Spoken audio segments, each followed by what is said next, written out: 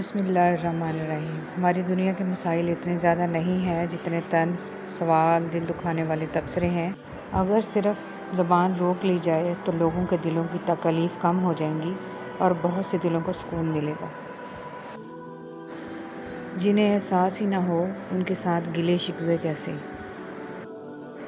3 نیکیاں جن کو کرنے سے قیامت کے دن عرش کا سایہ نصیب ہوگا: ٹوٹے ہوئے رشتوں کو جوڑنا، دل نہ چاہتے ہوئے بھی معاف کرنا اور کسی کے گناہ کا پردہ رکھنا۔ اے اللہ، اس دن کی رسوائی سے بچا جب تو فرمائے گا، اے مجرموں، آج الگ ہو جاؤ۔ اپنے عہدے کو، اپنے اعمال کو، اپنے کردار کو، اپنی طاقت کو ایسے استعمال کرو تاکہ جاتے وقت شرمندگی، رسوائی، خوف، پچھتاوا نہ ہو۔ نرم دل لوگ جلد رو پڑتے ہیں، جلدی روٹھ جاتے ہیں، جلدی مان بھی جاتے ہیں۔ سنا ہے اللہ کو ایسے لوگ پسند ہیں۔ نبی پیغمبر تکلیفوں سے گزرے لیکن وہ ان تکلیفوں میں ٹھہرے نہیں رہے، آگے بڑھ گئے۔ آگے بڑھ جانا افضل ہے، سفر جاری رکھنا عبادت ہے۔ یا اللہ، میرے انتظار کو مختصر کر دے، میری دعائیں جو تیری قبولیت کے منتظر ہیں ان پر کن فرما دے، آمین۔ حضرت علی رضی اللہ تعالیٰ عنہ نے فرمایا، جو شخص گھر کے کاموں میں اپنی بیوی کی مدد کرے، خدا اس کے لیے 1 سال کی عبادت کا ثواب لکھتا ہے۔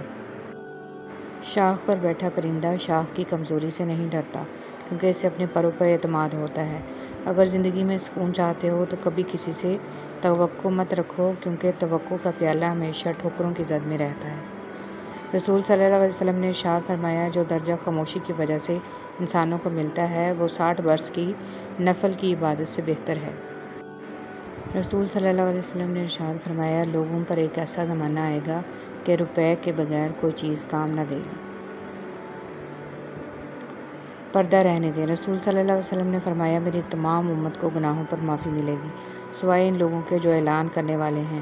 اعلان میں یہ ہے کہ بندہ رات کو ایک کام کرے، پھر صبح ہو تو اللہ نے اس کا پردہ رکھا ہو اور وہ خود کہے کہ اے فلاں، میں نے پچھلی رات ایسا ایسا کام کیا، حالانکہ اس نے رات گزار دی، اس کے رب نے اس پر پردے ڈالے رکھے، اور وہ صبح کرتا ہے تو وہ اپنے رب کا ڈالا ہوا پردہ خود اتار دیتا ہے۔ رسول صلی اللہ علیہ وسلم نے فرمایا، ایک شخص کہیں جا رہا تھا، راستے میں اس نے کانٹوں کی بھری ہوئی ایک ٹہنی دیکھی، بس اسے راستے سے دور کر دیا۔ اللہ تعالیٰ صرف اسی بات پر راضی ہو گیا اور اس کی بخشش فرما دی۔ رسول صلی اللہ علیہ وسلم نے فرمایا، اے عورتوں کی جماعت، صدقہ کیا کرو اور کثرت سے استغفار کیا کرو کیونکہ میں نے جہنم میں اکثریت تمہاری عورتوں کی دیکھی ہے۔ رسول صلی اللہ علیہ وسلم نے ارشاد فرمایا، اے لوگو، استغفار کرو، میں دن میں 100 مرتبہ استغفار کرتا ہوں۔ رسول صلی اللہ علیہ وسلم نے ارشاد فرمایا، لوگوں کے عیب نہ ٹٹولو ورنہ اللہ تعالیٰ رسوا کر دے گا۔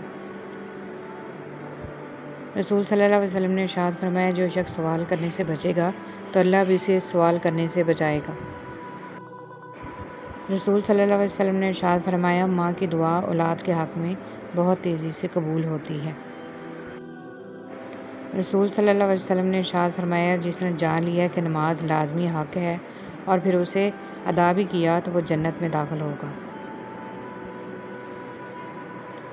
جب اللہ تعالیٰ کسی بندے سے دوستی کرنا چاہتا ہے تو اس کی زبان پر اپنا ذکر اور دل میں اپنی فکر کے دروازے کھول دیتا ہے، اور جب اللہ تھام لیتا ہے تو کوئی گرا نہیں سکتا۔